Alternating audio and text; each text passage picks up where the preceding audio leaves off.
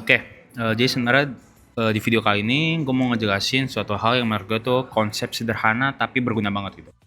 Jadi gini teman-teman, kan sebenarnya mungkin teman-teman termasuk mungkin ya, banyak orang yang ngira kalau koin sama token itu sama. Karena kan kita sering banget nyebutin, ini ada koin baru, ada token baru," gitu kan teman-teman.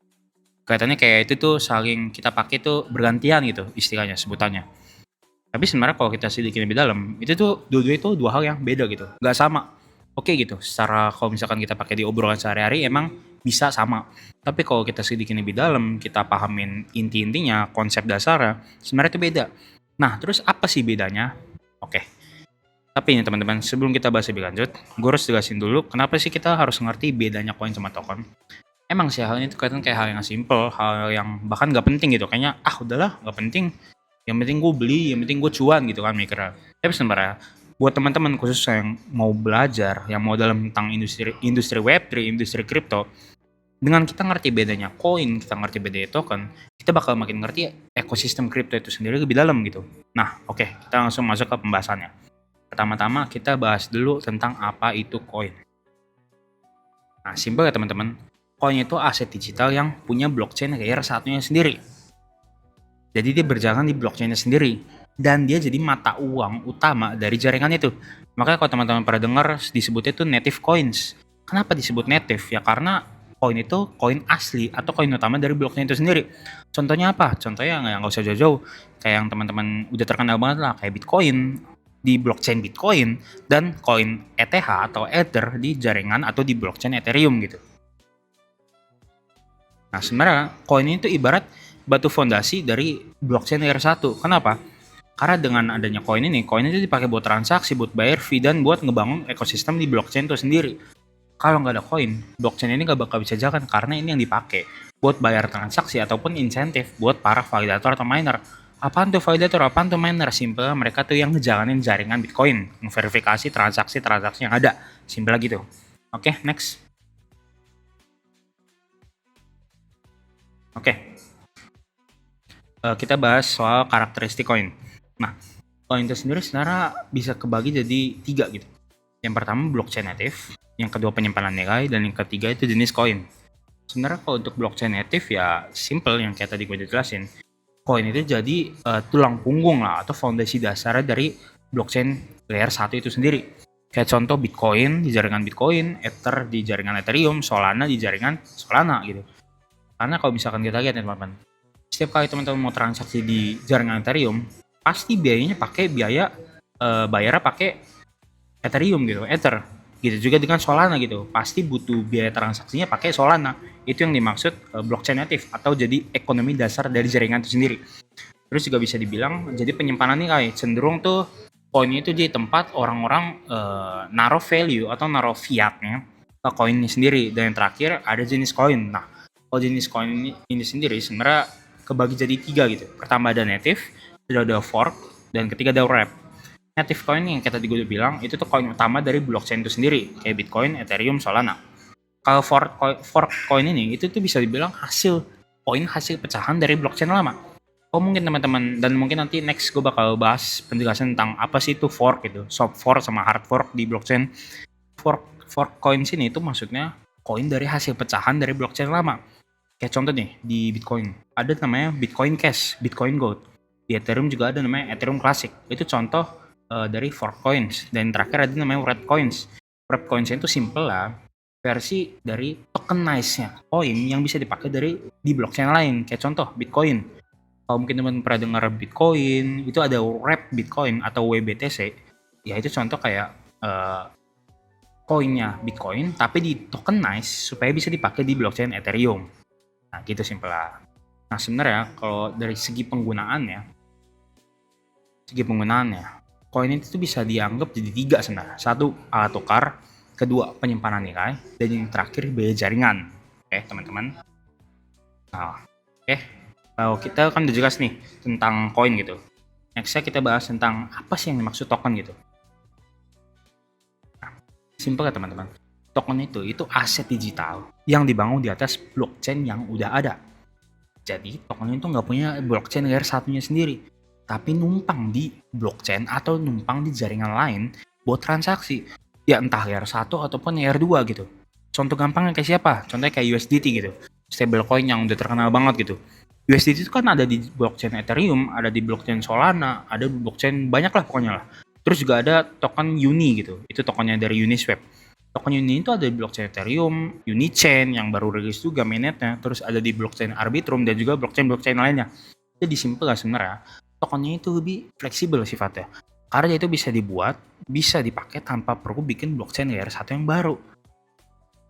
Nah, token ini juga punya beberapa karakteristik utama gitu. Next. Yang pertama tadi blockchain yang ada, jadi itu tadi sebelumnya gue udah mention kalau tokennya itu nggak perlu bikin blockchain yang tersendiri, tapi cukup beroperasi di blockchain yang udah ada, kayak di Ethereum, di Solana gitu. Kayak misalkan teman-teman meme coin itu ya sebenarnya jenis dari token sebenarnya, termasuk jenis token yang ada di jaringan Solana kebanyakan, mayoritas yang paling terkenal. Ada juga di Ethereum, ada juga di Base gitu. Cuman mostly kan ada di Solana gitu. Terus token ini sifatnya juga karakteristika juga nggak ditambang. Dia itu bukan di mining. Dia itu diterbitin atau dibuat pakai yang namanya smart contract gitu. Jadi bisa di coding lah ibaratnya simple gitu. Dan yang terakhir juga ada fungsi tertentu gitu. Fungsi tertentu ini maksudnya kalau tadi kan koin mungkin lebih kayak spesifik ya, lebih secara umum. Tapi sedangkan kalau kita dalamin secara detail, tokennya itu dari segi fungsi dia itu lebih banyak fungsinya, lebih spesifik dan lebih fleksibel gitu, kayak yang tadi gue udah jelasin gitu. Nah, terus apa sih fungsi-fungsinya, apa sih jenis-jenisnya? Next. Kalau dari segi jenis ya, mungkin gue kasih contoh yang umum aja ya. Ada utility tokens, ada governance token, ada securities token, dan ada NFTs. Nah, utility ini simple tuh token yang misalkan kalau kita hold itu ngasih kita akses buat ngasih kita apa ya ibaratnya ya kita bisa dengan kita hold token ini kita bisa akses fitur ataupun layanan dari ekosistem yang ada di blockchain. Contohnya token link gitu, itu bisa ngakses platform si Chainlink, bisa dapat kelebihan intinya simple gitu lah. Nah kalau governance token itu tuh simple token yang kalau kita hold itu tuh kita bisa dapat hak buat voting kalau misalkan project dari token ini tuh kedepannya mau ngambil keputusan gitu. Kayak misalkan mereka tuh mau bikin proposal di mana projectnya itu mau nentuin masa depannya kayak gimana.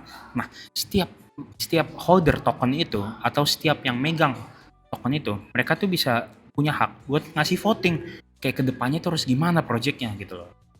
Terus juga ada securities token. Securities token tuh ini ya simpel kayak token sekuritas, token yang ngewakilin aset dunia nyata kayak misalkan saham. Dan yang terakhir nih yang udah terkenal banget sebenarnya NFT gitu, non fungible tokens, alias token unik yang representasiin suatu aset, entah gambar, video, musik apapun itulah. Tapi nilainya tuh unik, nggak bisa ditukar 1:1. Contohnya apa? Ya kayak Azuki, Pudgy Penguins gitu, CryptoPunks, BAYC, dan banyak jenisnya gitu. Tapi yang terpenting, setiap jenis ini tuh punya fungsi yang spesifik dan perannya tersendiri di ekosistem kripto. Next. Nah, sebenarnya kalau dari segi penggunaan ya itu kurang lebih mirip gitu kayak jenis-jenis tadi gitu. Cuman mungkin ini lebih general ya, lebih kayak kelompok kategori secara luasnya. Sebenarnya kalau yang gue lihat, token itu punya 3 kegunaan umum. Pertama, tokenisasi aset, tokenize gitu. Jadi ngerepresentasiin aset dari dunia nyata gitu. Bisa gambar, gambarnya bisa gambar relief atau gambar digital, bisa juga properti, bisa juga musik, video, apapun lah pokoknya. Terus governance kayak yang tadi gue udah jelasin. Token ini bisa dipakai buat ngasih seseorang atau kelompok orang hak buat ngambil keputusan juga dalam DAO. Apa tuh DAO? DAO itu simpelnya decentralized autonomous organization alias suatu komunitas, simpel komunitas, gue pakai kata komunitas, di mana keputusan kedepannya tuh diambil ditentuin sama voting dari seluruh orang yang punya hak di komunitas itu, simpel gitu. Nah kalau staking itu ya token ini bisa ibaratnya kita punya token, kita stake tokennya, kita kunci tokennya, dan token ini ibaratnya bisa beranak. Sebenarnya nggak sih simpel itu, lebih dalam lagi bisa, cuman kali ini gue nggak mau jelasin lebih dalam gitu, simpel cukup gitu aja. Nah teman-teman, next. Simpulan, jadi sebenarnya teman-teman, kalau kita ngebandingin apa sih beda koin sama token, ya bedanya sebenarnya simple. Koin itu aset asli dari blockchain layer 1. Token itu dibangun dari blockchain yang udah ada. Jadi kalau pakai bahasa Inggris, koin itu native token, native coins, token itu built in atau built on blockchain gitu. Jadi terus itu apa itu Arbitrum, Optimism, Polygon itu bukannya koin, kan mereka token natif dari blockchain layer 2 itu. Tapi yang bisa disebut koin itu cuman yang dari blockchain layer 1. Kalau untuk blockchain layer 2 kenapa nggak disebut koin? Karena tetap mereka tuh ujung-ujungnya membutuhkan, mereka tuh dependent, tergantung sama blockchain layer satunya. Kayak contoh Optimism, Polygon, Arbitrum, mereka tuh ngebutuhin blockchain layer 1 alias Ethereum gitu loh. Dan kalau temen-temen lihat juga kan, kalau misalkan mau ngejalanin transaksi di blockchain itu ujung-ujungnya bayar pakai apa? Pakai Ethereum gitu kan. Cuman beda jaringannya, simpel gitu. Nah, terus juga koin itu bisa berfungsi sebagai uang digital, sedangkan token ini lebih spesifik buat ngasih kita utilitas dalam di apps gitu teman-teman. Nah teman-teman, sama kalau misalkan kita lagi ngomongin nih koin, token, dan tadi gue udah sempat sebut tentang meme coin. Kalau teman-teman nih bingung nih mau nyari tempat atau mau nyari platform buat trading meme coin, gue sih punya saran, mungkin teman-teman bisa cobain yang namanya CoinEx gitu. Karena menurut gue itu tuh salah satu CEX atau centralized exchange yang ngelisting meme coin paling cepet dan paling lengkap lah. Jadi kalau teman-teman suka nih meme coin ngedigen, cocok banget buat pakai yang namanya CoinEx. Oke, mungkin sampai sini aja penjelasan gue. Sampai jumpa di video selanjutnya. Bye.